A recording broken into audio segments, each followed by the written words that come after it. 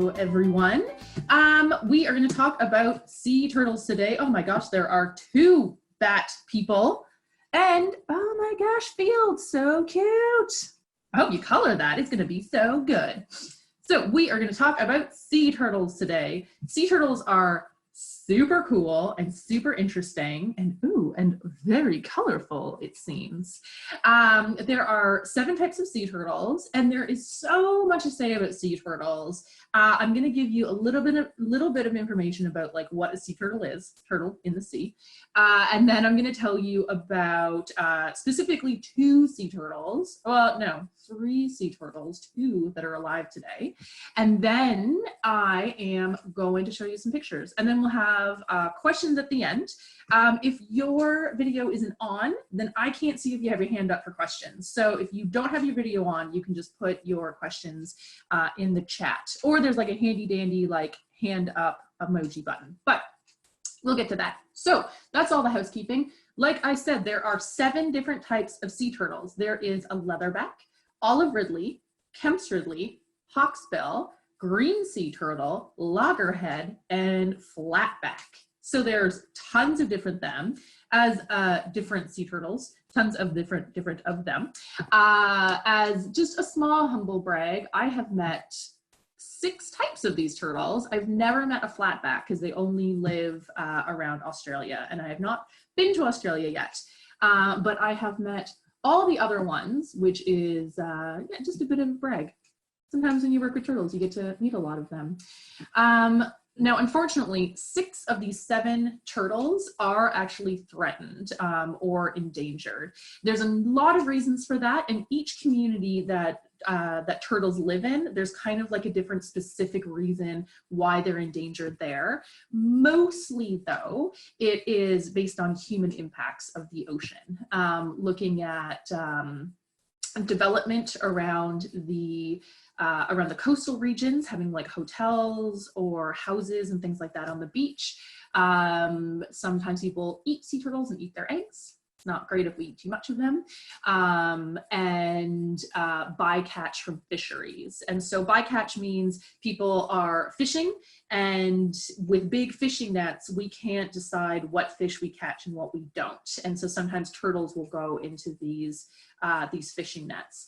And also sometimes what happens is there's a lot of plastic in the ocean and lots of fishing nets and things like that, and turtles can get caught up in that. So there's lots of things that, that can kind of go wrong with turtles. When you live in the ocean, there's a lot of stuff there.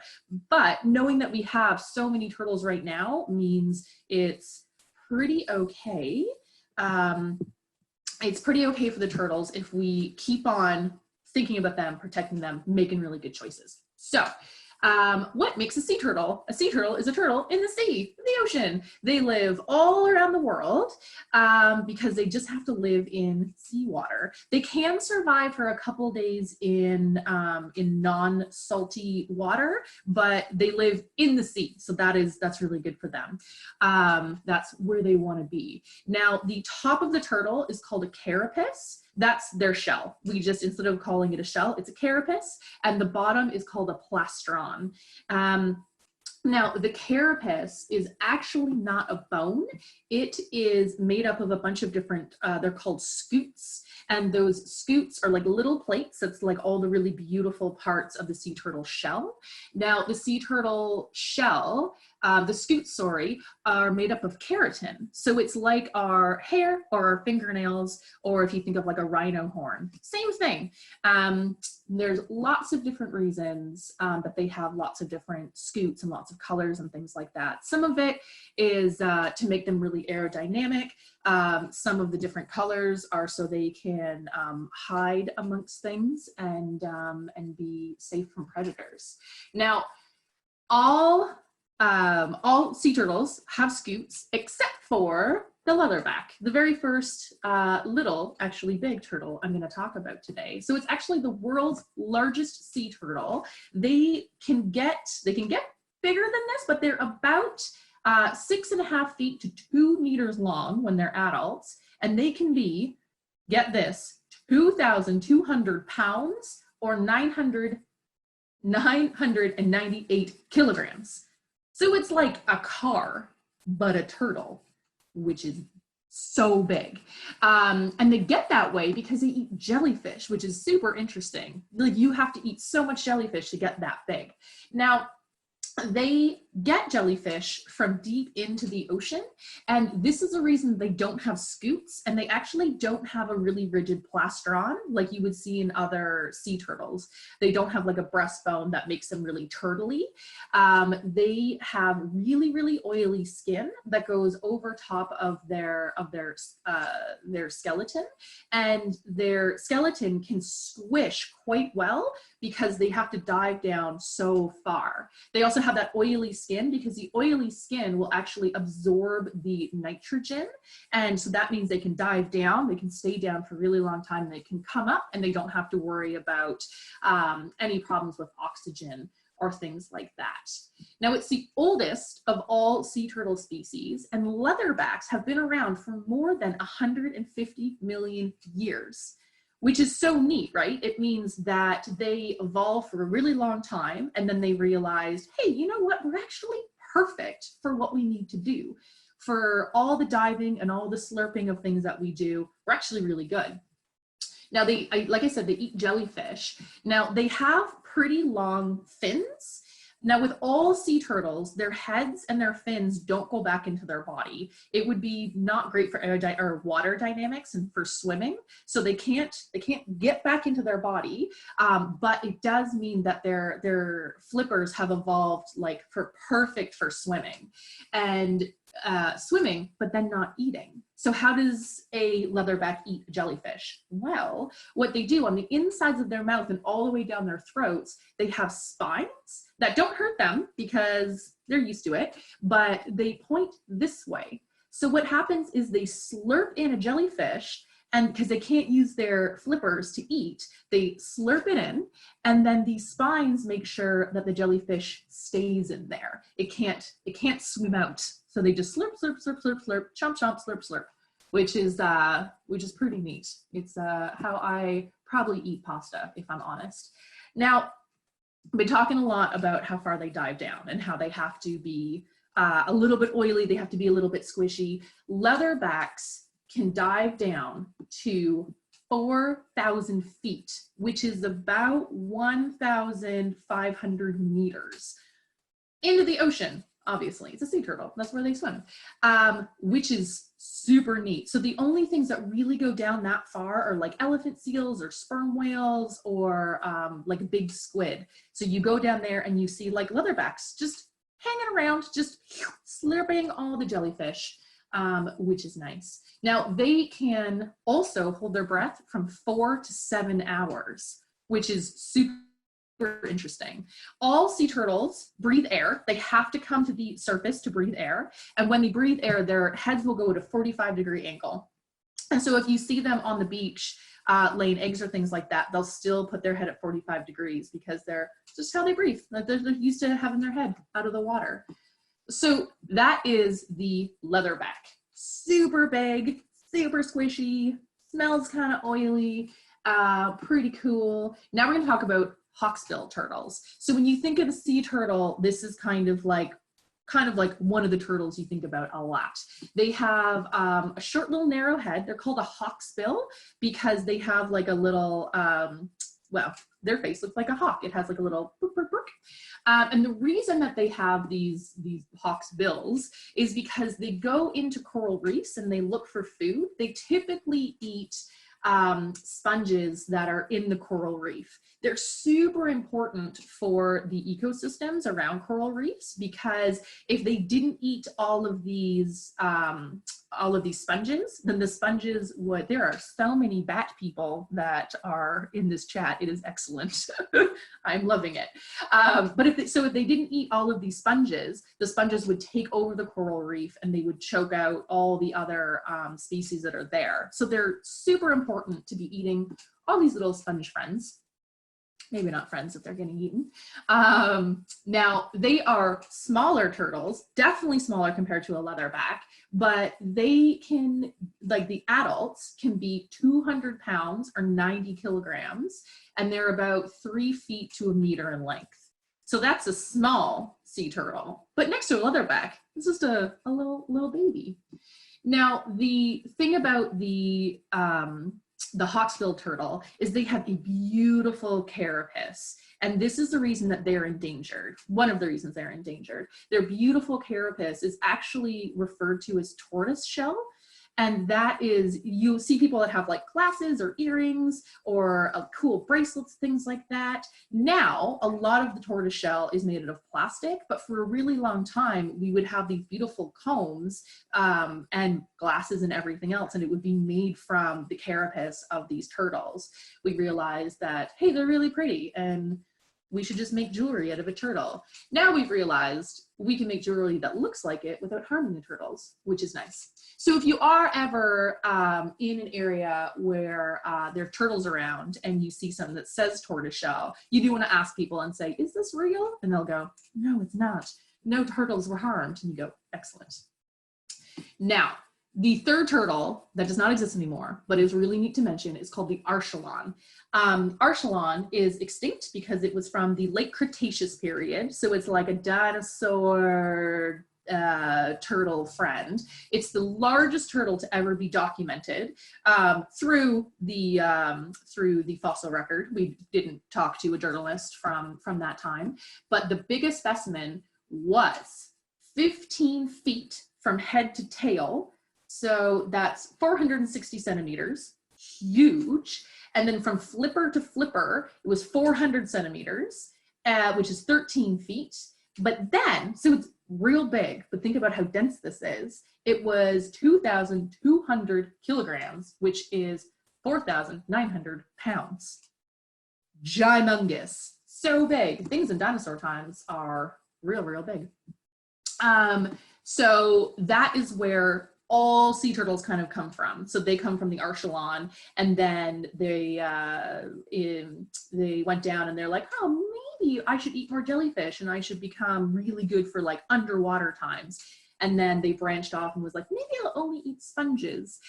Green sea turtles only really eat, when they're adults, they only eat seagrass, which is also really important for the ocean, because they're sort of like the lawnmowers of the ocean. If they're not eating the seagrass, and seagrass will grow way too much, way too everywhere. So they're kind of like sea cows, but not manatees.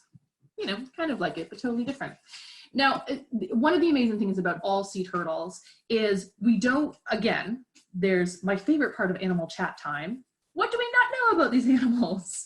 And what we don't know about them is we don't really know what they do when they're not on land. So we know that mama sea turtles come to the beach, they walk up on the beach, they dig a hole with their back flippers, and they lay their eggs. Sometimes they'll lay between 50 and 100 eggs. And in a nesting season, they'll lay about 3 different clutches, 3 different nests of eggs, which is like a lot of eggs in a mama turtle.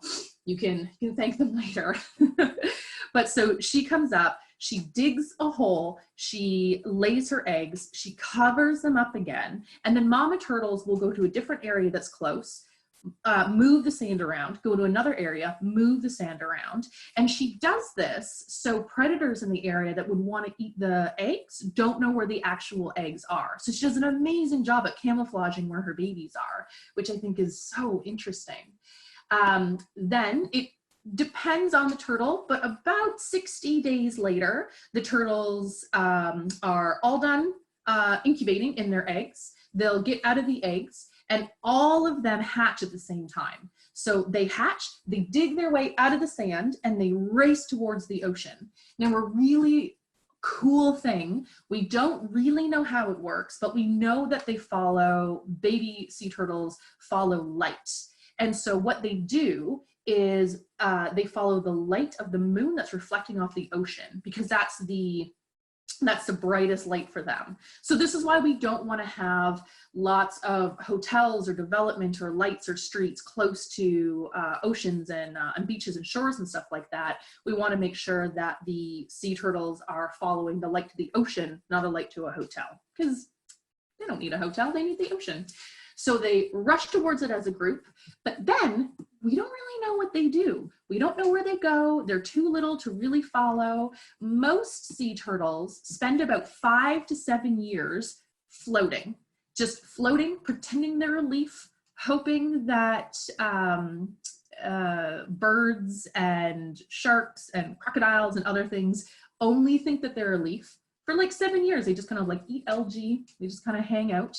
And then when they become juvenile, so between 5 and 7 years, they start swimming around the ocean and they ride on ocean currents, just like in Finding Nemo. This is a true thing. So they ride on ocean currents and they go to different areas where they eat lots of different things depending on the turtle.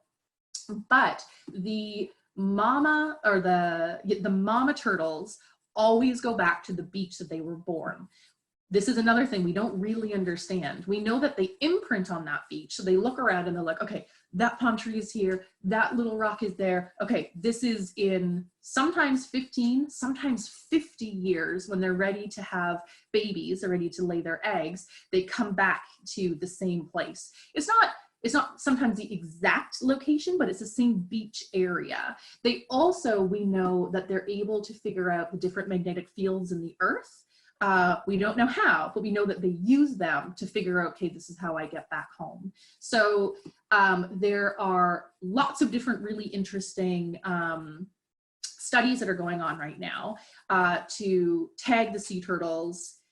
You can tag them on the outside of their fin, tag them in their shoulder with sort of like what you tag like a dog or cat with, so you can look at it later. But they also have satellite trackers that last about 2 years, but you can't use it on a baby turtle because you need them for 5 to 7 years. On a turtle that has like a good thick carapace, the really good shell, on an adult turtle, you can put a tracker, but then on a leatherback, because it's going to squish down so much and its shell and everything is going to move, they give it like a backpack, which is pretty neat. And that's how they're able to see like where they swim and how far they swim. There's some turtles that we think are born in Costa Rica and they go up to Bermuda and then they go to Australia, and then when they're ready to have turtles, they come back to Costa Rica. The very first turtle that I met was a leatherback turtle who was born in Costa Rica, but she was first tagged up in Newfoundland in Canada, and then she came back down when she was 19 years old to lay her first clutch of eggs in Costa Rica. So the very first turtle I met was Canadian, which is pretty funny, because I am too. Really amazing thing about sea turtles is they drink seawater, but I have to like read this to make sure I'm telling you the right thing. They drink seawater, but they have a pair of glands in their eyes, and that removes all the excess salt. And so if you see sea turtles, sometimes it looks like they're crying and they look like they're sad. This is just them getting rid of like the salt. It's like, we don't need all that salt. We just need a little bit of water, which is neat.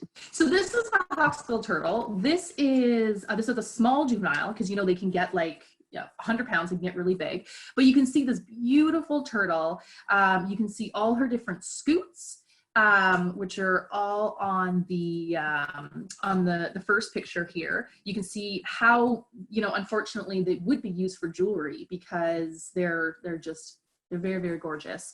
But you should keep them on a turtle. You can also see in the very first picture that there's no place for her neck or her flippers to go. So like I said, they can't put their flippers or their neck and head into their carapace. They're just hanging out that way. It means that they're very aerodynamic and they can be quite fast, but if there is a predator around, they can't scooch inside their shell. In the second picture here, you can see her beautiful face, and that is how she gets in the crevices so she can eat all those little, all the little sponges in the coral reef. This is a picture of an archelon. This is from the Royal Ontario Museum that I was lucky enough to get a picture of. There's no context to tell you how big this is, but it's about 2,000 pounds if you add all its fat and muscles and everything else. But you can see how big its flippers are. And you can see that it looks very turtly. You can see the carapace and the plastron are, you know, what we look for in a turtle. You can see it has sort of like a hawksbill as well. And you can see, interestingly, that its flippers are very much like a hand or a flipper of a seal. You can see how things kind of started developing and evolving for the ocean, for swimming. Now here are two pictures of a leatherback. Now, like I said, the leather, all sea turtles are really light sensitive. And so anytime we take a picture of a sea turtle at night, we have to take pictures only using red because they don't see in the infrared. So this is a sea turtle that is laying her eggs. Sea turtles go into like sort of a trance when they lay their eggs. And so you let them start and do their thing. And then if you are a researcher and need to collect the eggs to protect them, then you just wait until she's done. You let her do the whole process. She covers up the eggs again, and then you can collect them and put them into a conservation area. But then the photo on the bottom is a leatherback turtle, a little baby that has just hatched. She's about to go to the ocean. You can see how long their flippers are, and you can see how they don't really have a carapace. They're kind of just kind of like squishy. Still a turtle, just a little bit squishy. And then here is a green sea turtle. Both of these pictures are from Australia, and it's just, I love the picture of the sea turtle swimming. She's so beautiful. You can see the carapace, you can see all the different scoots that she has. And then you can see there's a volunteer that is washing the turtle. When they're in rehabilitative care, sometimes they need to have their scoots cleaned. In the wild, they would rub up against coral, and they would rub on the sand, and they would be able to clean in between the scoots, but they can't do that when they are in care. So the volunteers do it. It's a really interesting picture because it shows off actually how much the sea turtles like it. They can feel through their scoots. And we think one of the reasons they're so sensitive on their carapace and their plastron is so they can feel the magnetic waves, and they can also feel where they're going when they're catching a ride through the ocean. They want to be able to feel exactly what's going on, and you're able to do this if your whole body is really sensitive. So it's quite nice to like give a little sea turtle a spa day, because it's like scratching a dog. They like their back to be scratched a little bit, which is pretty cute. And here's just another brag. This is a picture of me and my partner Porrick. We were in Costa Rica, where Carol was this time last year. And this is us tagging a green sea turtle because we're trying to figure out where they go. So there's tons of really cool projects around the world that are tagging these turtles. So when they come up on shore or we see them in the ocean, we're able to know, oh, this turtle spends its holidays in Costa Rica, but it actually lays its eggs maybe in Bermuda or maybe in South Africa or somewhere. We don't know, which I think is so interesting. We're able to ask lots of questions, and eventually we'll get some answers. Maybe all y'all will become turtle scientists. So those are all my pictures. So it's time for some questions. He wants to know, why do some turtles ride in or swim in currents? Oh, well, it's just more efficient that way. So if you think about, if your whole life you're in the ocean, you want to be as efficient as possible. So you can do lots of swimming like this, or you can swim and ride on a current, and then swim and ride on a current. That's a good question. Yeah, I was wondering, does the leatherback turtle swim in groups or alone?